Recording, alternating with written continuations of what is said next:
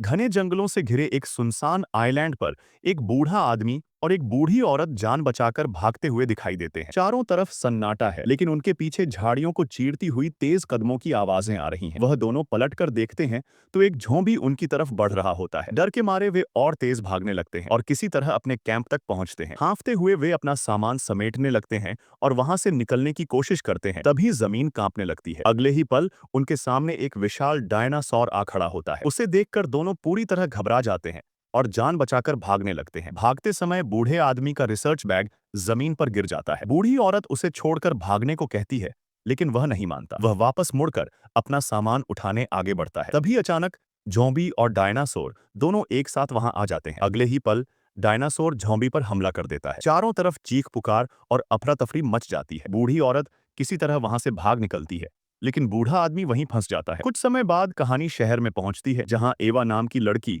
बहुत दिनों बाद अपने घर लौटती है। घर का दरवाजा खोलते ही उसे अजीब सा सन्नाटा महसूस होता है। घर पूरी तरह खाली होता है। परेशान होकर एवा अपने दोस्तों को कॉल करती है और उसी दिन एक छोटी सी पार्टी रखती है। पार्टी में उसका बॉयफ्रेंड ल्यूक, उसकी साइंटिस्ट फ्रेंड कैश और एक साइंटिस्ट लड़का टोनी आते हैं। बातचीत के दौरान सब सामान्य लगते हैं, लेकिन एवा अंदर ही अंदर बेचैन रहती है। पार्टी खत्म होने के बाद एवा और ल्यूक घर में अकेले होते हैं। तभी एवा की नजर टेबल पर पड़े कुछ पुराने दस्तावेजों पर पड़ती है। उन्हें देखते ही उसका चेहरा डर से उतर जाता है। वे उसके पिता के रिसर्च पेपर्स होते हैं। उसी दौरान ल्यूक की नजर दीवार पर लगे एक नक्शे पर जाती है, जिस पर उसी आइलैंड का नक्शा बना होता है जहां कहानी की शुरुआत में बूढ़ा आदमी दिखाई दिया था। दरअसल वह बूढ़ा आदमी एवा का पिता टॉमी ही था। एवा तुरंत अपने पिता का लैपटॉप खोलती है। उसमें एक पुरानी वीडियो फाइल मिलती है। वीडियो में टॉमी कहता है कि उसे उस आइलैंड का नक्शा मिला है जहां एवा के दादाजी गए थे और कभी वापस नहीं आए। वह उस सच्चाई को जानने के लिए वहां जा रहा है। वीडियो वहीं खत्म हो जाता है। एवा समझ जाती है कि यह वीडियो काफी पुराना है और तभी से उसके पिता लापता हैं। घबराहट और चिंता के बावजूद एवा फैसला करती है कि वह उस आइलैंड पर जाएगी। एवा ल्यूक और अपने दोनों साइंटिस्ट दोस्तों को भी साथ चलने के लिए मना लेती है। इसके बाद वे बोट किराए पर लेने के लिए माइकल नाम के आदमी के पास जाते हैं। पहले माइकल मना करता है, लेकिन ज्यादा पैसे मिलने पर वह तैयार हो जाता है। एवा, ल्यूक, केश, टोनी और माइकल पांचों लोग बोट से उस आइलैंड की तरफ निकल पड़ते हैं। आइलैंड के तट पर पहुंचते ही उन्हें एक टूटी हुई बोट के टुकड़े दिखाई देते हैं। एवा पहचान जाती है कि यह उसके पिता और उनकी टीम की बोट थी। यह देखकर वह अंदर से टूट जाती है, लेकिन ल्यूक उसे संभालता है और आगे बढ़ने के लिए कहता है। जंगल के रास्ते चलते हुए माइकल के पैर में एक अजीब सा कीड़ा काट लेता है। वह उसे निकालकर मार देता है, लेकिन केश को वह कीड़ा कुछ अजीब लगता है। थोड़ा आगे बढ़ने पर एवा को एक पेड़ के पास उसके पिता का बैग मिल जाता है। इससे उन्हें यकीन हो जाता है कि वे सही दिशा में जा रहे हैं। आगे चलकर नदी के किनारे उन्हें वह टेंट भी मिल जाता है जिसमें एवा के पिता और उनकी टीम रुकी थी, लेकिन वहां कोई मौजूद नहीं होता। इसके बाद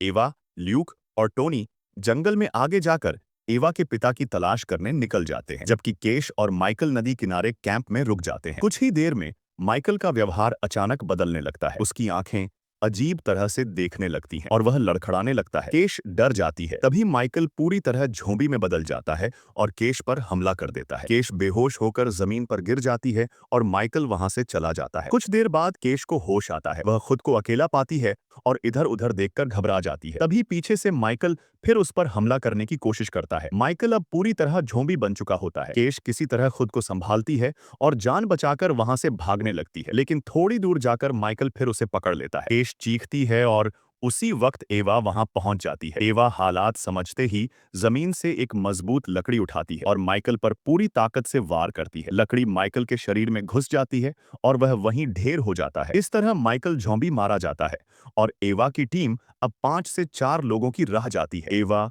ल्यूक, केश और टोनी किसी तरह वापस नदी किनारे कैंप पहुंचते हैं और वहीं रात गुजारते हैं। अगली सुबह एवा और ल्यूक नदी से थोड़ी दूरी पर नहाते हुए दिखाई देते हैं, जबकि कैंप में टोनी और केश बैठे बातें कर रहे होते हैं। तभी वही अजीब कीड़ा जिसने पहले माइकल को काटा था, टोनी के पैर में काट लेता है। टोनी तुरंत समझ जाता है कि अब उसके साथ भी वही होने वाला है। घबराकर वह केश से चाकू मांगता है ताकि काटी हुई जगह को काटकर संक्रमण रोका जा सके, लेकिन तब तक बहुत देर हो चुकी होती है। टोनी का शरीर धीरे धीरे बदलने लगता है और वह भी झोंबी बन जाता है। टोनी झोंबी बनते ही केश पर हमला करने के लिए आगे बढ़ता है, लेकिन तभी जंगल से निकलकर एक डायनासोर आ जाता है और टोनी पर हमला कर देता है। टोनी वहीं मारा जाता है और एवा की टीम अब सिर्फ 3 लोगों तक सिमट जाती है। चीख पुकार सुनकर एवा और ल्यूक भी वहां पहुंच जाते हैं। हालात देखकर एवा टूट जाती है और कहती है कि अब उन्हें इस आइलैंड से निकल जाना चाहिए। वापसी के रास्ते में उन्हें एक पेड़ के पीछे एक झोंबी तड़पता हुआ दिखाई देता है। एवा उसे पहचान जाती है। वह उसके पिता की टीम का मेंबर था जो अब झोंबी बन चुका था। एवा दर्द भरे मन से उसे मार देती है